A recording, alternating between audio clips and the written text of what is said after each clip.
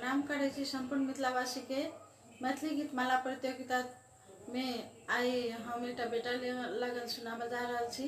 आशा करे छी अपने सबके नीक लागत। ये बहुत पारंपरिक गीत है, तो जो हमारे गीत ना नीक लागत तो अपने सब लाइक और शेयर जरूर करब और कमेंट में लिखब जो अपने सबके केहन लागल। और मैथिली गीत माला के चैनल के अपने सब सब्सक्राइब जरूर कर लेब। तो अभी सुने जाए जब दशरथ नंदन चलला बियाहन, दशरथ नंदन चलला बियाहन,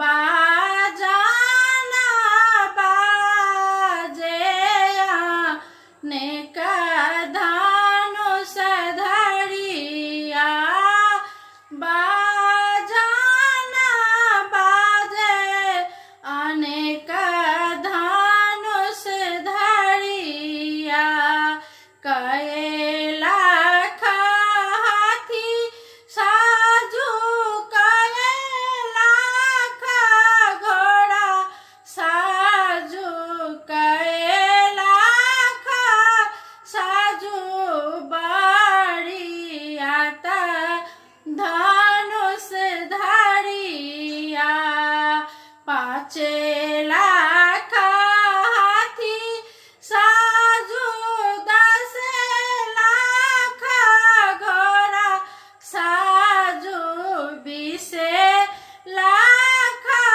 साजू बड़ियात धनुष धरिया, 5 लाख हाथी साजू 10 लाख घोड़ा साजू, 20 लाख साजू बड़ियात धनुष धरिया,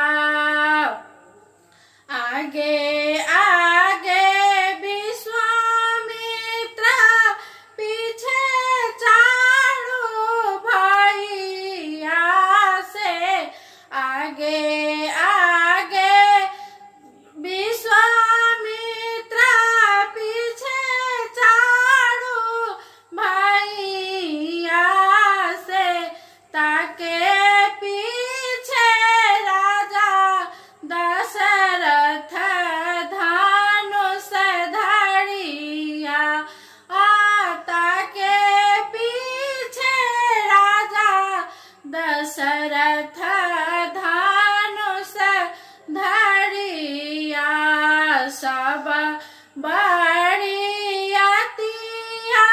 कता भये उतारता, सब